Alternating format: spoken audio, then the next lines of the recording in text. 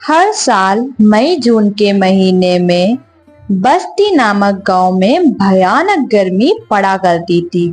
बारिश ना होने के कारण वहां का जल स्तर काफी कम हो जाता था, इसलिए पंपों में पानी नहीं रहता था। अम्मा, नल का पानी फिर से चला गया। बाल्टी में पानी होगा, उससे जाके नहा ले। अरे अम्मा, यहाँ तो बाल्टी भी खाली है। अरे अभी आधे घंटे पहले जब नल में पानी आ रहा था तो मैंने बाल्टी भर कर रखी थी।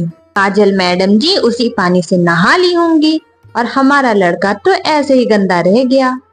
मैंने भी तो कल शाम में पानी भर कर रखा था और तुम्हारा लड़का तो उस पानी से नहा लिया। मैंने तो कुछ नहीं कहा और हमारी लड़की ने नहा लिया तो बहुत बड़ी आफत आ गई है। जैसे अपनी महारानी लड़की जी से कहो नल से खुद पानी निकाल कर रखा करे नहाने के लिए, वरना लगाऊंगी 2-4 थप्पड़, आ जाएगी अकल ठिकाने।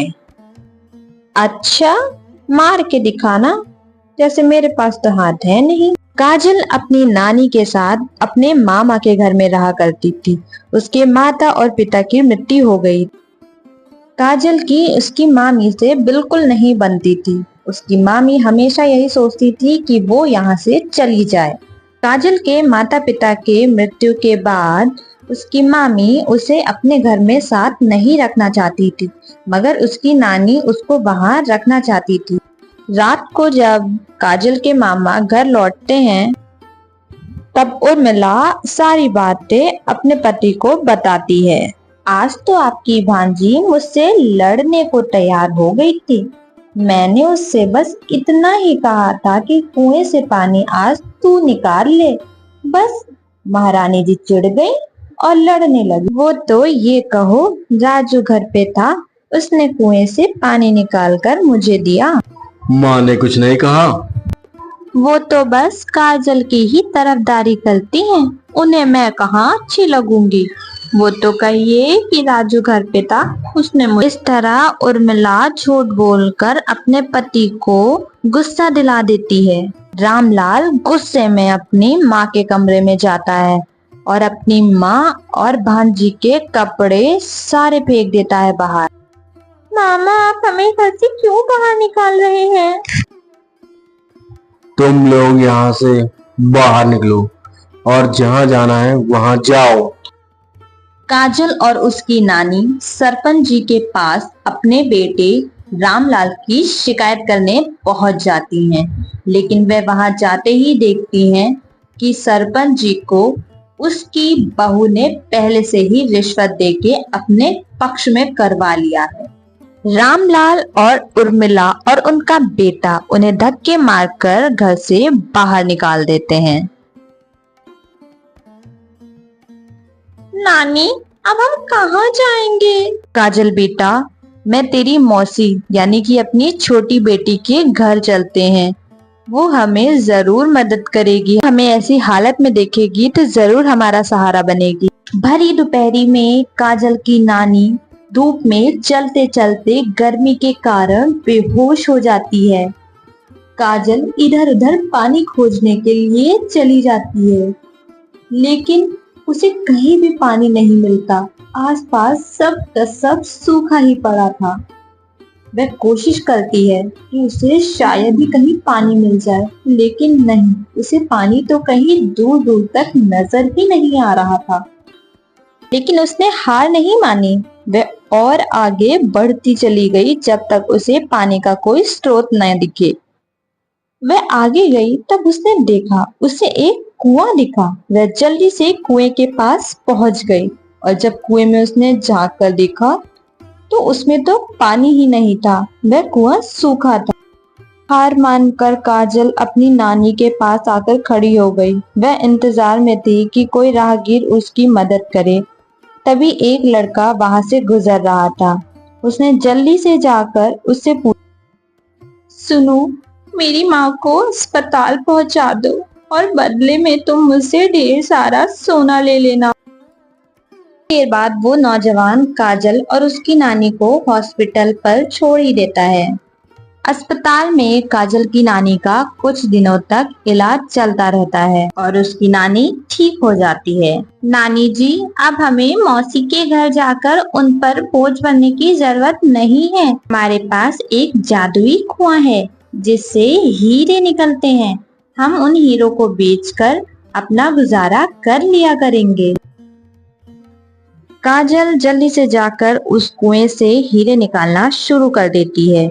अपनी जरूरत के मुताबिक उस कुएं से हीरे निकालती रहती है और उसे एक जगह इकट्ठा कर कर रख लेती है।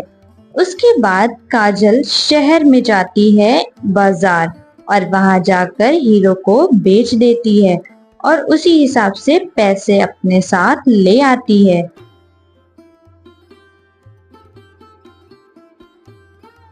काजल हीरो को बेचकर और घर के जरूरत का सारा सामान लेकर अपने घर पर आ जाती है। वह उस झोपड़ी में सारा सामान अच्छे से लगा देती है। वो नौजवान जब भी उस रास्ते से गुजरता तब वह काजल से मिलकर जरूर जाता था। एक दिन राजू ने काजल को बहुत सुंदर कपड़े पहने बाजार में उस नौजवान के साथ घूमते हुए देख लिया और देखकर वह तुरंत अपने घर पे अपने बापू से जाकर सारी की सारी बातें बता दी। जब वो लोग गांव के बाहर झोपड़ी में रह रहे हैं तो उनके पास इतने पैसे कहाँ से आए? मोहनलाल एक दिन काजल का चुपके से पीछा करता हुआ उसकी झोपड़ी तक आ पहुंचता है और पेड़ों के पीछे से चुप करके देखकर काजल को कुएं से हीरे निकालते हुए देख ही लेता है। ये सब देखने के बाद वह जल्दी जल्दी अपने घर की ओर निकल पड़ता है।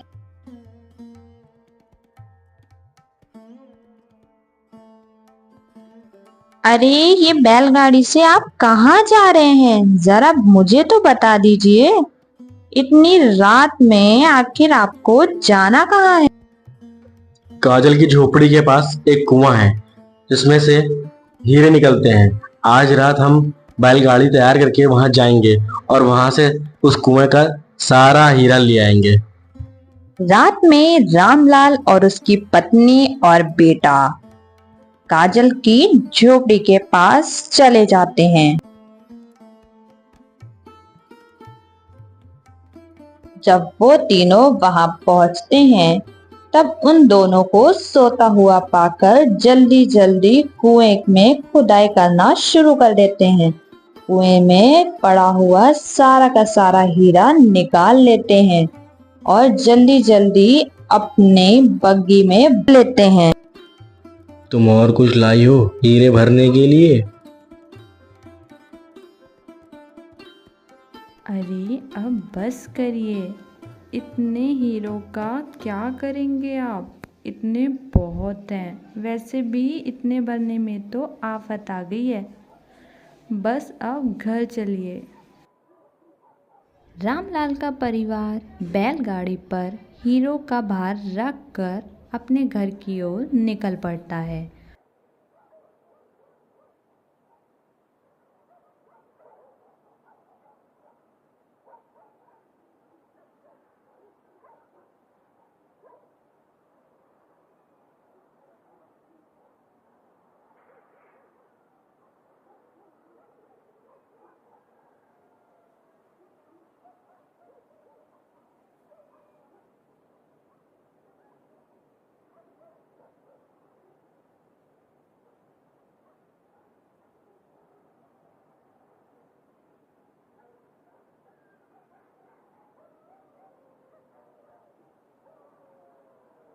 रात में डाकुओं की टोली उसी रास्ते से गुजर रही होती है। उन डाकुओं की नज़र मोहनलाल के परिवार के ऊपर पड़ती है और वह उनके परिवार को मारकर उनका चुराया हुआ सोना वो चुरा कर ले जाते हैं।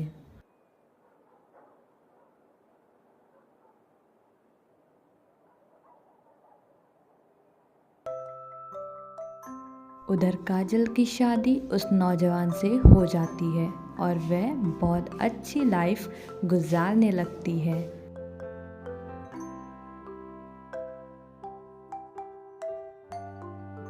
किसी ने सच ही कहा है, बुरे कर्मों का फल बुरा ही होता है।